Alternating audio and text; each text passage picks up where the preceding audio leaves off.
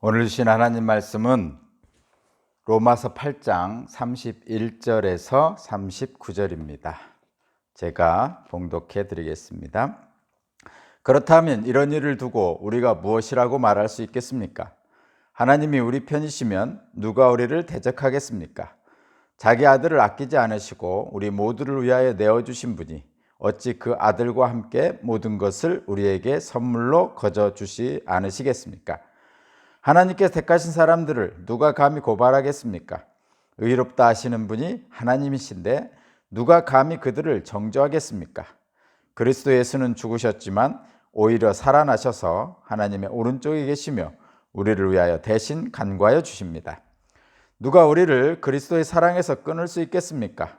환난입니까? 공고입니까? 박해입니까? 굶주림입니까? 헐벗음입니까? 위협입니까? 또는 칼입니까? 성경에 기록한 바 우리는 종일 주님을 위하여 죽임을 당합니다. 우리는 도살당할 양과 같이 여김을 받았습니다. 한 것과 같습니다. 그러나 우리는 이 모든 일에서 우리를 사랑하여 주신 그분을 힘입어서 이기고도 남습니다. 나는 확신합니다. 죽음도 삶도 천사들도 권세자들도 현재일도 장래일도 능력도 높음도 깊음도 그 밖에 어떤 피조물도 우리를 우리 주 예수 그리스도 안에 있는 하나님의 사랑에서 끊을 수 없습니다. 아멘.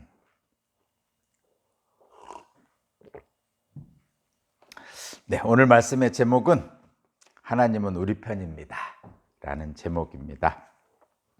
하나님은 우리 편입니다.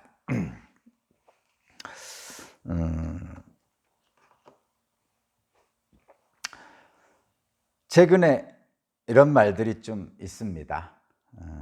금수저니 흙수저니 하는 말이 있죠. 금수저니 흙수저니 하는 말이 있는데 부모의 경제력이나 사회적 지위에 따라서 자녀의 성공 여부가 결정된다고 주장하는 말입니다. 성공, 출세를 열망하는 이 세상에서 상대적 박탈감을 표현하는 용어입니다.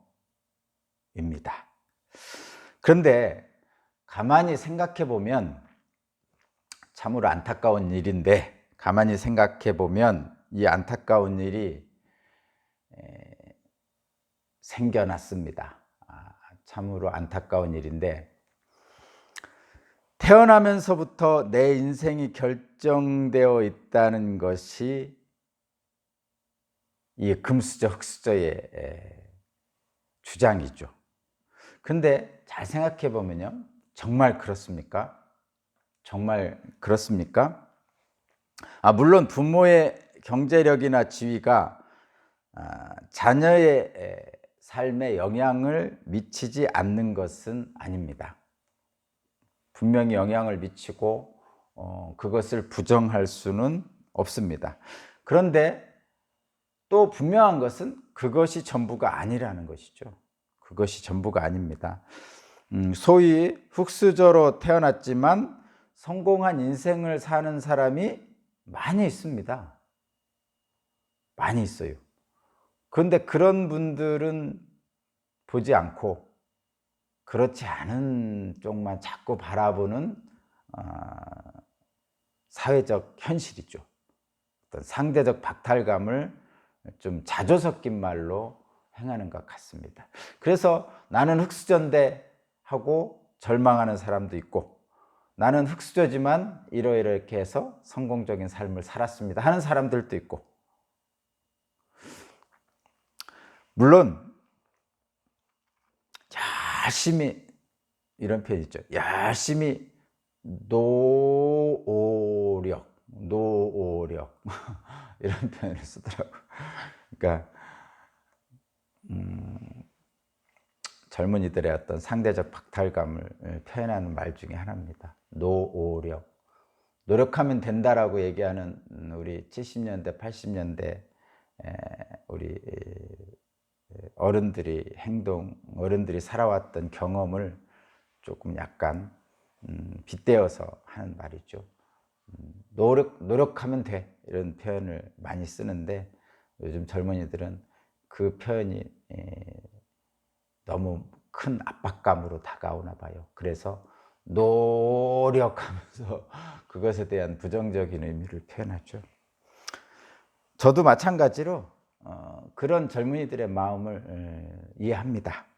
또 열심히 노력하면 된다고 말하지는 않겠습니다.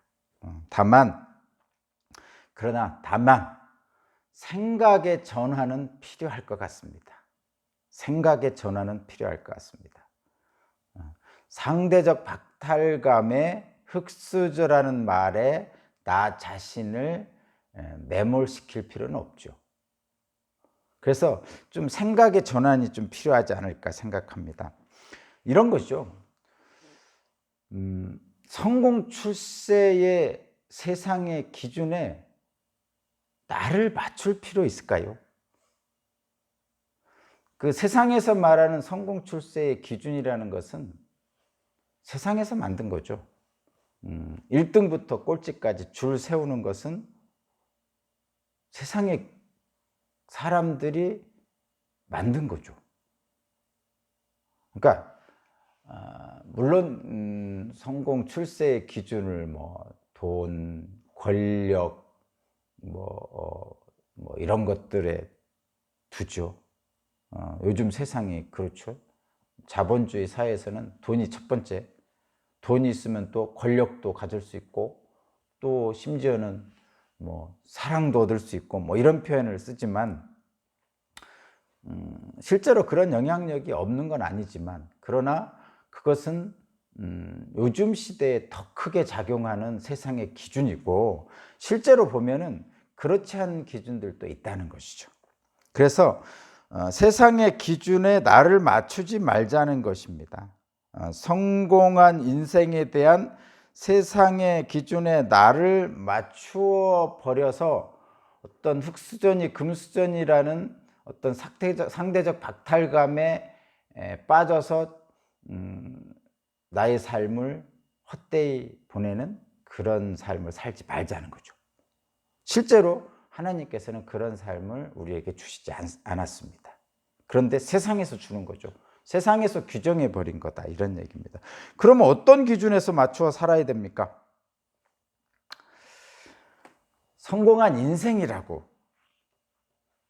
생각할 때 일반적인 세상에서는 뭐 돈, 권력, 어떤 사회적 지위를 얘기하지만, 이렇게 생각하면 어때요? 좀 더 폭이 넓게, 뭐 돈 있는 사람이 꼭 성공한 겁니까?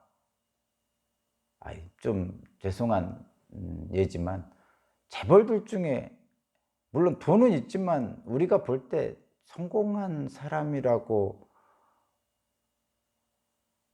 보지 못할 사람들이 많이 있죠.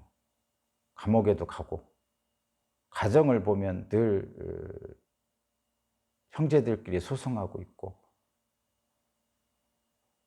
이혼하고, 재벌들의 자녀들은 마약하고. 여러분 한번 그런 생각 해보지 않았어요? 돈이 성공한 인생의 기준이 아닐 수 있다는 것을 제가 예를 들어드리는 거예요. 권력은 또 어떻습니까? 성공한 인생의 기준이 권력이라면, 불행하게도 우리나라 전임 대통령들이 다 불행하잖아요. 뭐 우리나라만 그렇습니까? 고대로부터 권력 가진 사람들은 아주 불행했습니다. 그렇다고 해서 권력이 필요 없다는 뜻은 아닙니다. 사회에 영향력을 미치고 또 좋은 일도 많이 할 수 있기 때문에 그것이 부정적이라는 의미는 아니고, 그러나 권력이 성공한 인생의 기준이 아닐 수도 있다는 얘기를 드리는 거죠. 지식도 마찬가지죠. 많이 배웠어요. 논 팔고 소 팔고 해서 서울로 유학 보내고 이렇게 해서 키웠는데 부모를 몰라라 합니다. 뭐 그런 사람들이 있어요. 연속극에도 보면 그런 사람들이 있죠, 드라마에서. 그래서 성공한 인생의 기준이 세상에서 말하는 돈이나 권력이나 지식이나 명예나 이런 것들이 아닐 수도 있다는 거죠. 그래서 생각의 기준을 좀 생각의 전환이 필요하다는 것입니다. 그럼 어떻게 기준을 삼아야 됩니까? 좀 이런 거 좀 넓게 한번 보면 사람답게 사는 거 어때요? 사람답게 사는 거. 왜 요즘 사람답지 못한 사람들 많이 볼 수 있잖아요. 좀 사람답게 사는 사람이 된다. 이것을 성공한 인생의 모토로 삼는 건 어떻습니까? 기독교인으로서는 이런 거죠. 하나님의 형상대로 지음받은 사람으로 사는 것. 그렇게 기준을 삼으면 어떻겠습니까? 뭐 돈이니 권력이니 명예니 지식이니 이런 때 어떤 기준을 삼지 말고 하나님의 형상대로 지음받은 사람으로 살다 보면 뭐 돈이든 권력이든 사회적 지위든 명예든 지식이든 내게 주시는 하나님의 은사에 따라서 뒤따라오는 거 아니겠습니까? 물론 한계는 있겠지요. 그것을 부정하는 건 아닙니다.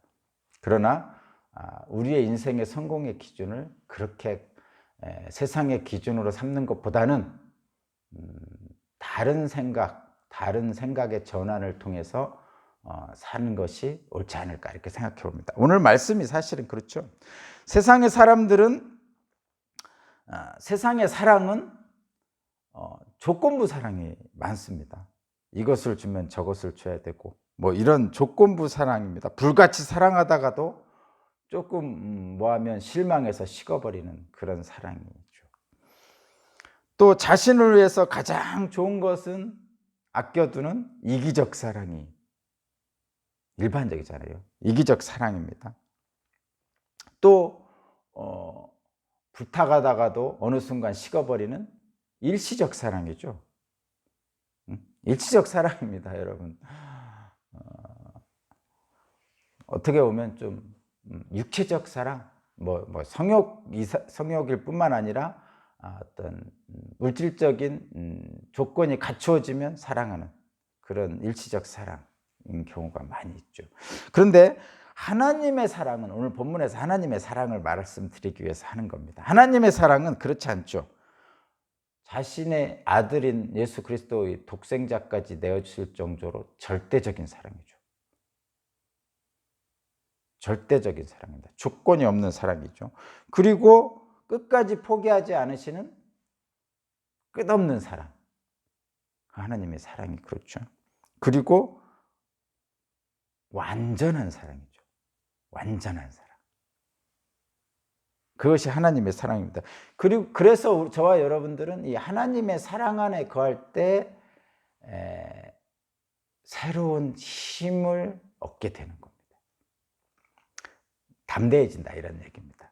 오늘 본문을 그런 입장에서 생각의 전환, 세상의 성공의 기준이 아니고 또 세상의 사랑의 조건이 아니고 하나님의 형상을 닮은 자로 사는 것이 우리의 성공한 인생의 기준이 된다면 하나님의 사랑을 다시 한번 생각해 보는 시간을 갖으면 좋겠다 이런 얘기입니다. 오늘 본문 말씀이 그것입니다. 하나님이 우리 편입니다라고 제가 제목을 말씀드렸죠. 하나님이 우리 편이시면 어떻게 됩니까? 오늘 본문에 그렇게 말하고 있어요. 하나님이 우리 편이시면 누가 우리를 대적하겠습니까?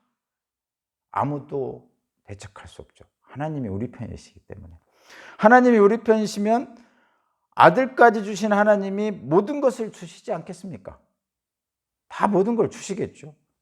하나님이 우리 편이시면 누가 감히 우리를 고발하겠습니까? 누가 감히 우리를 정죄하겠습니까? 하나님이 우리 편이신데, 하나님이 우리 편이시면 누가 그 하나님의 사랑에서 우리를 끊어버릴 수 있겠습니까? 아무것도 하나님의 사랑에서 끊을 수 없습니다. 오늘 본문에 보니까 35절에 환난이 닥치면 우리가 하나님의 사랑에서 끊어집니까? 아니죠. 공고하면 하나님의 사랑이 끊어집니까? 아닙니다. 박해에서도 안 끊어집니다. 굶주려도 안 끊어지고 헐벗어도 안 끊어지고 위협해도 안 끊어지고 칼로도 하나님의 사랑을 우리로부터 끊어낼 수가 없습니다. 하나님이 우리 편이시기에 그래서 우리는 이 모든 것 속에서도 담대하게 나아가죠. 그 담대함에 나아가는 속에서 우리는 승리할 수 있는 거예요. 세상 사람들은 이 모든 고난이 닥치면 절망하고 낙심하죠. 그러나 저와 여러분은 하나님의 사랑이 안에 있기 때문에 그렇지 않다는 것이죠. 일반적으로 사람들은 고난을 겪으면 낙심하고 좌절하지만 저와 여러분은 하나님의 사랑 안에서 넉넉히 이긴다고 37절에서 말씀하고 있어요. 우리를 향하신 하나님의 사랑은 그 무엇도 끊을 수 없다고 강조를 합니다. 39절의 마지막이죠. 우리를 우리 주 예수 그리스도 안에 있는 하나님의 사랑에서 끊을 수 없습니다. 자, 저와 여러분이 오늘 또 하나님의 사랑 안에서 세상의 성공, 실패 이런 기준이 아니고 하나님의 사랑 안에서 우리를 향하신 하나님의 형상을 닮은 자로 살게 하시는 그분 안에서 오늘 또 새로운 기준을 가지고 담대하게 살 때 저와 여러분은 성공적인 인생을 살 수 있을 것으로 믿습니다. 그러한 삶을 살기를 주님의 이름으로 축복합니다. 기도드리겠습니다. 독생자를 아끼지 아니하시고 내어주신 그 하나님의 사랑을 다시 한번 생각합니다. 담대하게 그 사랑 안에서 행하기를 원합니다. 눈앞에 놓여져 있는 암울한 현실이 세상에서 나를 구속할 것 같지만 나는 하나님의 사랑 안에서 담대하게 그것을 떨치고 살아가겠습니다. 왜냐하면 끊을 수 없는 하나님의 사랑이 오늘 또 나에게 있기 때문입니다. 그 모든 삶에서 하나님을 기억하며 담대하게 오늘 또 살아갈 수 있도록 성령님 이끌어 주옵소서. 감사드리며 예수 그리스도 이름으로 기도합니다. 아멘.